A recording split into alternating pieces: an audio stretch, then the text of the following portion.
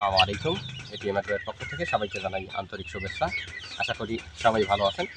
Viewers, আজকে আমার দেশি মুরগির খামারের একটা হিসাব আপনাদের দিব। আসলে দেশি মুরগির খামারের ওইভাবে হিসাব দেওয়া সম্ভব না, কারণ যেহেতু আমি এগুলা হাটে বিক্রি করতেছি, ওইভাবে পাইকারি বিক্রি করি নাই, যার কারণে হিসাব দেওয়া ওইভাবে সম্ভব না, যেহেতু হাটে বিক্রি করা হচ্ছে। তো তারপরেও একটা হিসাব আপনাদের দেওয়ার চেষ্টা করবো ইনশাল্লাহ। আপনি যদি আমার চ্যানেলে নতুন হয়ে থাকেন তাহলে চ্যানেলটি সাবস্ক্রাইব করে পাশে থাকবেন। ভিউয়ার্স, এখন আপনাদের দেখাচ্ছি যে এখানে আমার বাচ্চা আমি কিনেছিলাম। পহেলা রমজানে আমি বাচ্চা নিয়ে আসছিলাম। আজকে বাচ্চার বয়স 66 দিন। তো মুরগির বাচ্চা আমি নিয়ে আসছিলাম 300 পিস বাচ্চাতে আমার খরচ হয়েছিল 11,100 টাকা। বাচ্চা নিয়েছিলাম আমি 37 টাকা পিস। এখানে ওষুধ বাবদ আমার এই 66 দিনে খরচ হয়েছে 2500 টাকা। বিদ্যুৎ বিল আসছে 1000 টাকার মতো। খাবারের বস্তা আমি এখানে প্রি স্টার্টার বস্তা এনেছিলাম একটা। শুরুর দিকে যখন খাওয়াইছিলাম তখন প্রি স্টার্টারটা এক বস্তা খাওয়াইছিলাম। এর সাথে স্টার্টার দিয়েছিলাম এক বস্তা 15 দিন পর থেকে। তারপর থেকে আমি গ্রোয়ার এবং গ্রোয়ার প্লাস একটা মিক্সার খাবার আমি খাওয়াই, সেই মিক্সারটা দিয়েছিলাম। তো গ্রোয়ার আর মিক্সার মিলায়া আমার এখানে গ্রোয়ার গেছে 3 বস্তা, মিক্সার গেছে 3 বস্তা। টোটাল আমার এখানে খরচ হয়েছে 16,700 টাকা, 710 টাকা টোটাল খরচ। তো আমার মোট খাবার খরচ গেছে হচ্ছে 23,350 টাকা মোট খাবার খরচ। এর সাথে মুরগির বাচ্চা, ঔষধ, বিদ্যুৎ বিল, টোটাল খরচ হচ্ছে আমার 37,950 টাকা।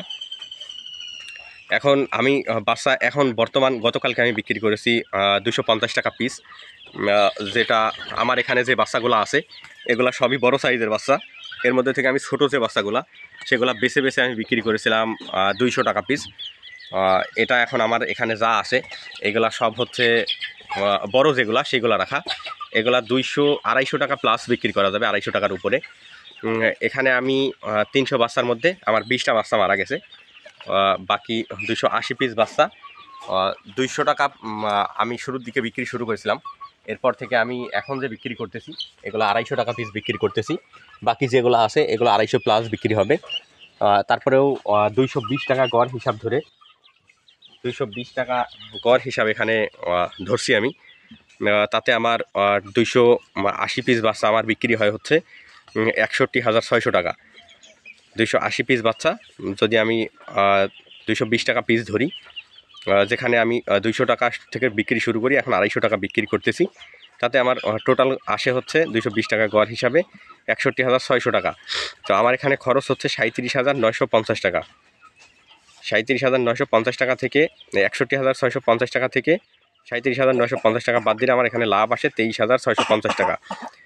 তো এটা হচ্ছে আমার বর্তমান এখনকার হিসাব। যদি আমি বলি আজকের হিসাব, তাহলে এই হিসাবে হচ্ছে এটা দাঁড়ায়। এখন আরও একটা কথা আপনাদের জানাই, সেটা হচ্ছে এই বাচ্চাগুলো যদি আমি কোরবানি পর্যন্ত ঠেকাইতে পারতাম, যদি ইচ্ছা যদি কোরবানির ঈদ না হয়ে যদি রমজানের ঈদ হইতো, তাহলে দেখা যাইতো যে এগুলা আমি যেগুলা মোরগ আছে আমার, এই মোরগগুলা বাকি এক মাসে মোরগগুলা প্রায় 500 প্লাস বিক্রি করতে পারতাম, 500 টাকা প্লাস। কিন্তু যেহেতু সামনে কোরবানির ঈদ, যার কারণে বাচ্চাগুলো ঠেকানো যাচ্ছে না। এটা হচ্ছে একটা বিষয়, যে কোরবানির ঈদে মাংসের চাহিদা কম থাকবে, যেহেতু গরু কোরবানি হবে। আর এই সময়টাতে মাংসের চাহিদা একটু কমই থাকে মানুষের, যার কারণে একটু আগেই বিক্রি করা লাগতেছে। আর আরেকটা হচ্ছে যে এই সময়টাতে মুরগির বাজার প্রচুর হাই বাজার চলতেছে, যেটা আমার বাড়ি থেকে 450 টাকা কেজি বলছিল, কিন্তু আমি বিক্রি করি নাই। কারণ যেহেতু আমি এগুলা বাইরে ছেড়ে পালন করতেছি, ছেড়ে পালন করার কারণে এগুলোর ওয়েট কম আসছে, কারণ খাবারটা ওইভাবে দেওয়া হয় নাই। কারণ রাতের বেলায় এদের খাবার বন্ধ রাখছি, শুধুমাত্র দিনের বেলায় খাবার দিই, যার কারণে খাবারের খরচটা একটু কম আসছে। আর বাকি আরেকটা জিনিস হচ্ছে যে এদের গ্রোথ কম আসছে, যার কারণে। আর গ্রোথ যদি বেশি আসে সেক্ষেত্রে দেখা যায় যে এগুলো দেশির মতো অবস্থা আর থাকে না, তখন এগুলার অবস্থা অন্যরকম হয়ে যায়, মনে হয় যে এগুলো কালার বার্ড বা পাকিস্তানি এরকম মনে হয়, যার কারণে দাম বাজারে ওইরকম দাম পাওয়া যায় না।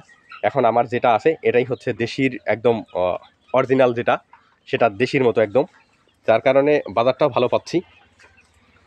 এই কারণেই মূলত বিক্রি করতেছি, যে বাজার যেহেতু ভালো আছে তার কারণেই বিক্রি করা। আপনারা যারা দেশি মুরগি পালনে আসতে চাচ্ছেন তারা আমি মনে করি যে যদি 90 দিন প্লাস করে যদি বিক্রি করেন তাহলে ভালো একটা লাভ আসা সম্ভব দেশি মুরগি থেকে। আর দেশি মুরগিতে আরেকটা বিষয় হচ্ছে যে এটা লসের কোনো সম্ভাবনা নেই। দেশি মুরগিতে কখনোই লস হয় না, বাজার যতই কম থাকুক লস হয় না।